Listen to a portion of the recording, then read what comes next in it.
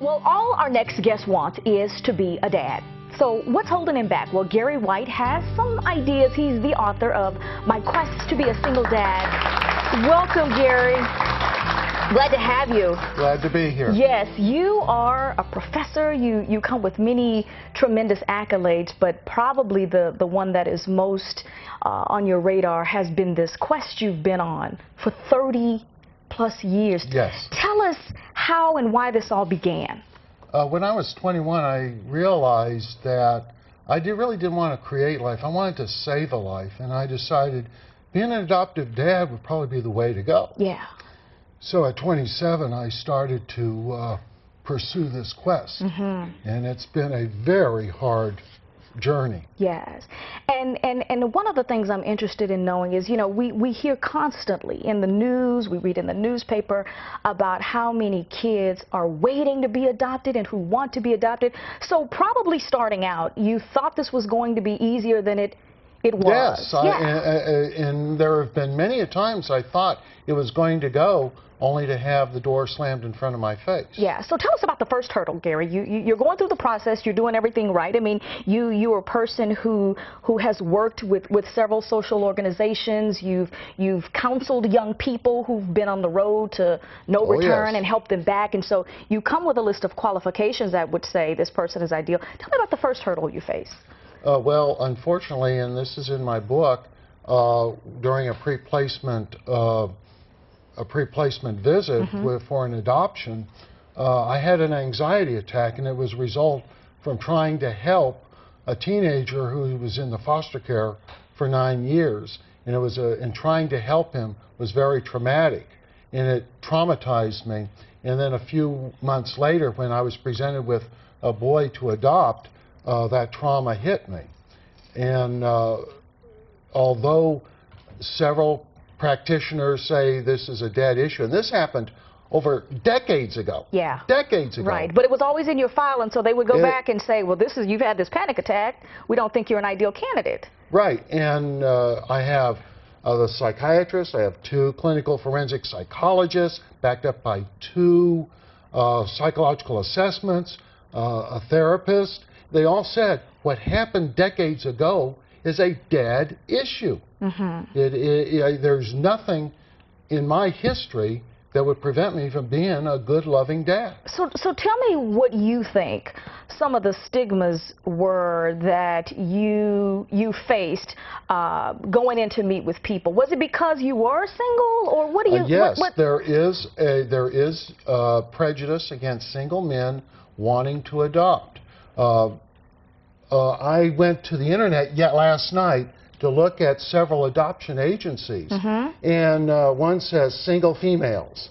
This one in Austin, this is an agency in Austin, says older parents, single women, and families with children are welcome, but no single men. They will not take single men. So have you ever asked the question, Garry, to any particular agency or individual helping you, why do you think I'm having such a hard time?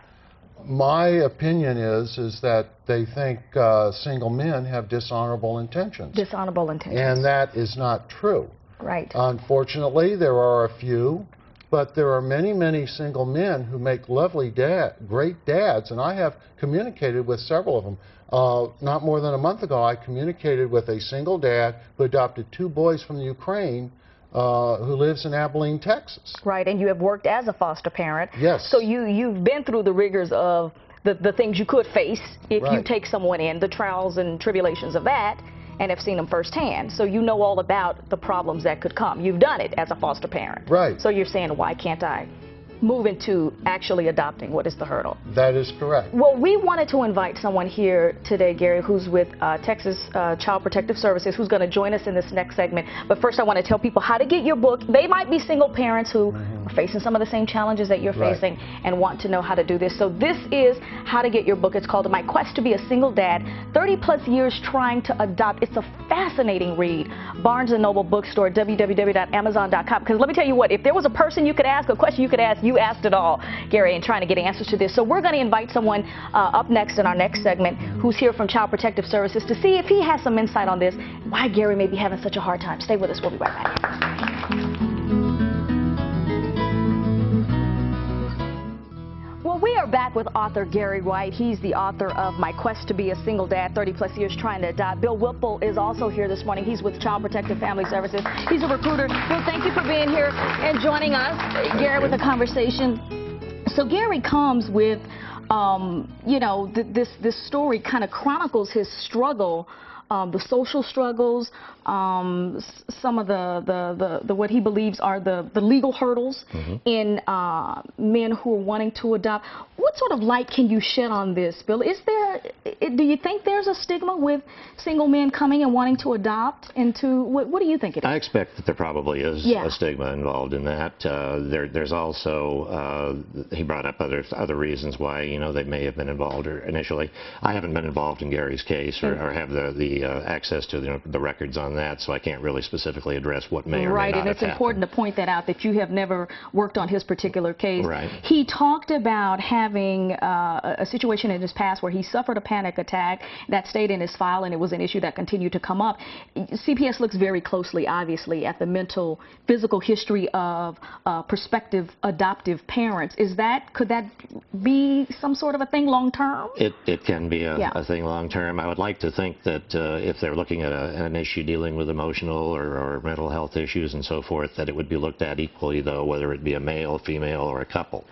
So from that standpoint, I don't know that would have been a particular barrier individually directed at a man. Right. I do, on the other hand, know that we only have about 1 out of every 20 applicants of single applicants that are male. Yes. So we start off with a diminished number, but in the last few years, we've also had an increase in the number that we've been approving. In fact, one of our trainers right now is a single male who has adopted 2 older boys from us, and we've had other single males adopt here recently. So there has been a growing trend in recent years, and as the numbers you pointed out earlier across the nation pointed out, that we have a lot of people now that are adopting that are single. A few years ago, you couldn't adopt, or your chances of adopting as a single person of either sex was very, very small. Well, very small. And Garry, I've got to ask you, what has given you the determination to keep going? Because once you reach, 10 years, 15, 20, and now you're at 30 years plus still trying, have you really just wanted to bring light to how difficult it is sometimes if you are a single dad?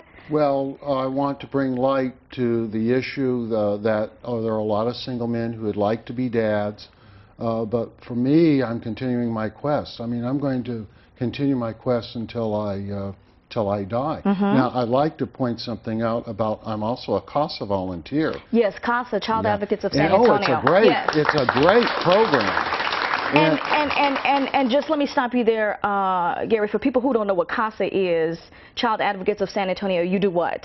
It's court-appointed special advocate, where you go to the judge and you advise the judge on a child's case in foster care and adoption. And you literally know everything about the case. And right now I'm on a case, and I'm helping an adoption caseworker facilitate an adoption with my charge. And it has been a wonderful experience.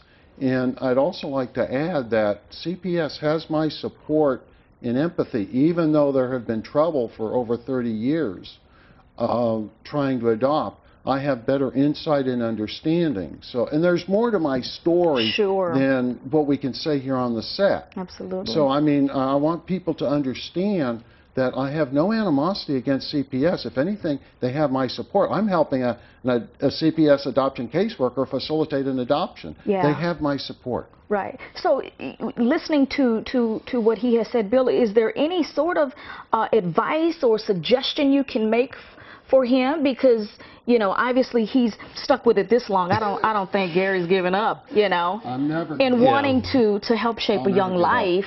No, I think working with CASA and the others that he's working with and so forth is certainly establishing a good pattern here, for continued attempts, and he's working with a lot of different agencies.